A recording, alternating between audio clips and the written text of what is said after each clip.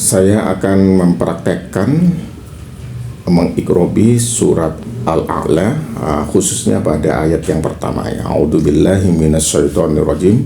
Bismillahirrahmanirrahim. Sabbihis rabbikal a'la, yang maknanya sucikanlah nama Tuhanmu yang maha tinggi.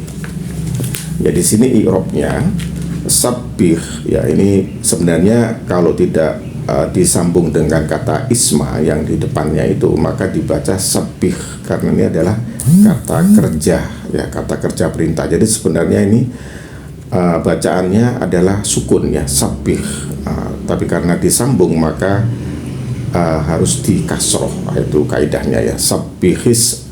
Kenapa disambung? Ya karena di depannya itu, atau kenapa di kasroh, karena di depannya itu sukun. Kalau sama-sama sukunnya kan tidak berbunyi, ya sabbih kemudian tidak berbunyi, maka itu kata sebelumnya itu di kasroh.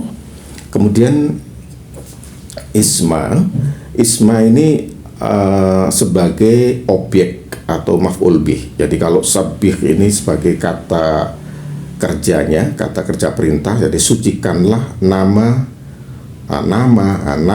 sucikanlah nama.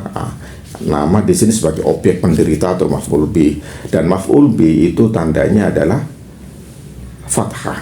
Ya, maka itu dibaca isma, ya bukan ismu atau ismi. Kemudian isma robbi, ini ya isma robbi. Di sini robbi, antara isma dan robbi ini ada kaitannya. Ini adalah susunan atau struktur yang disebut dengan idhofah. Isma sebagai mudhof dan robbi sebagai mudhof ilaih. Jadi susunan idhofah ini kurang lebih seperti kata majmu', ya kalau saya contohkan dalam bahasa Indonesia itu seperti kata nasi kuning, ya nasi kuning. Jadi tidak bisa kita pisahkan antara nasi dan kuning. Jadi nasi kuning adalah satu kesatuan.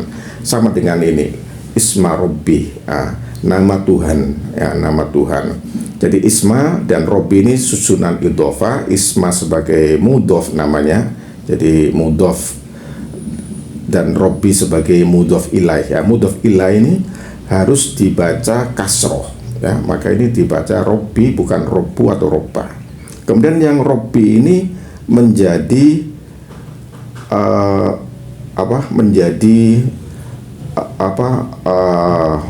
menjadi mudhof, ya. Nah, ini susunan idhofah juga diikuti oleh domir kaf, ya yang artinya kamu. Maka itu tidak ada alnya juga, ya, atau tidak dibaca tanwin. Jadi robbi ini juga susunan idhofah. Jadi dengan isma sebagai mudhof ilaih tapi dengan ka sebagai mudhof, maka itu nggak ada tanwinnya. Jadi seperti itu dalam bahasa Arab itu susunannya itu seimbang, ya berkesinambungan, ya antara kata sebelum dan sesudahnya itu seimbang begitu.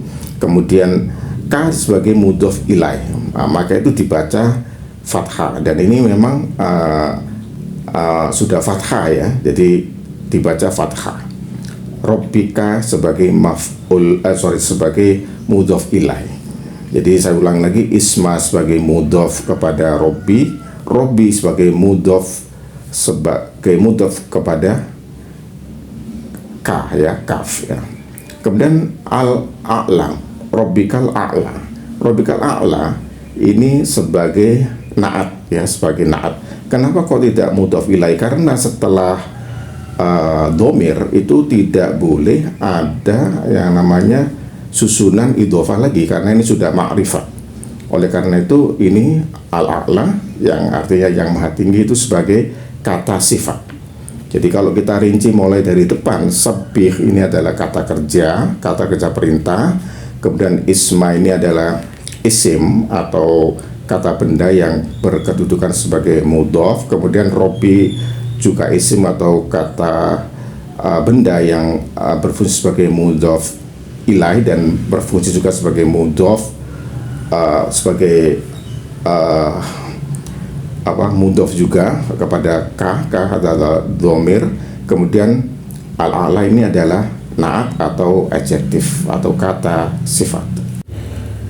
dan itu mensifati kata Robbi, jadi Tuhanmu yang maha tinggi. Jadi yang disifati adalah Robbi. Oleh karena itu Robbi kan kasroh, maka itu naatnya juga mengikuti man'utnya, yaitu yang memberikan apa yang disifati ya. Jadi a'la di sini dibaca kasro, tetapi kasronya itu tidak ditampakkan. Jadi sebenarnya itu adalah a'la'i ya gitu ya, a'la'i ya. Dia ada ya ada alif bengkok gitu ya. Itu sebenarnya adalah alif yang berharokat kasroh tetapi tidak ditampakkan. Oleh karena itu dibacanya seolah-olah seperti fathah, tetapi sebenarnya itu adalah a'la'i, tapi a'la, jadi tidak dibaca ya, begitu ya. Itulah kaidahnya dalam bahasa Arab, insyaallah seperti itu. Wallahu alam. Semoga bermanfaat.